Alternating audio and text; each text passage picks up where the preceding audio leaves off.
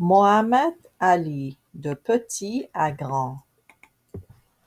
Il était une fois un petit garçon du Kentucky qui savait qu'il irait loin dans la vie.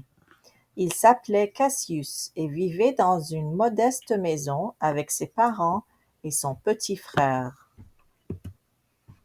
Un jour, Cassius s'est fait voler sa toute nouvelle bicyclette. Il a dit au policier qu'il voulait affronter le voleur. Le policier lui a alors répondu: Cassius, tu ferais mieux d'apprendre à boxer d'abord. Peu de temps après, Cassius a commencé à suivre des cours de boxe. Il n'était peut-être pas le plus fort, mais il avait une arme secrète. Il était plus rapide que n'importe qui. Cassius a très vite fait ses preuves comme boxeur junior. Son talent l'a mené aux Jeux olympiques de Rome, où il a remporté une médaille d'or. Mais ce n'était pas assez pour lui. Il rêvait de devenir boxeur professionnel. Il s'est entraîné plus fort que jamais, sur le ring comme au gymnase. Cassius visait le championnat du monde des poids lourds. S'il voulait y arriver, il devait développer ses muscles et prendre du poids. Je suis léger comme un papillon et je pique comme une abeille. Pour taquiner ses adversaires avant les combats, il récitait souvent de courts textes rythmés qui décrivaient comment il allait gagner. Certains disaient qu'il se vantait, d'autres qu'il faisait de la poésie. Cassius était si sûr de lui qu'il a demandé à affronter Sonny Liston, le plus grand boxeur poids lourd de l'époque. Tous les journalistes pensaient que Cassius n'avait aucune chance. Il a plutôt prouvé que la ceinture de champion lui revenait.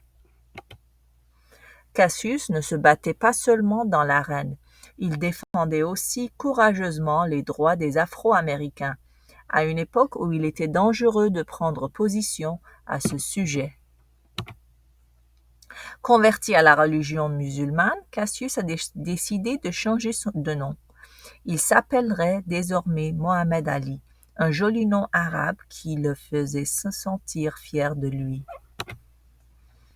Lorsque la guerre du Vietnam a éclaté, Mohammed a refusé de s'enrôler dans l'armée. Il ne voulait pas tuer des gens qui ne lui avaient rien fait. On lui a retiré son titre de champion et il a été banni des combats de boxe pendant 3 ans. Mais pour Mohammed, ses convictions étaient plus importantes que tout. Quand Mohammed est revenu à la boxe, il était plus déterminé que jamais. Certains de ses mouvements sont aujourd'hui célèbres. C'est à cette époque qu'il a gagné plusieurs de ses combats les plus mémorables.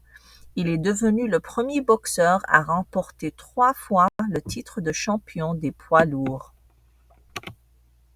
Mohammed était admiré et aimé dans le monde entier.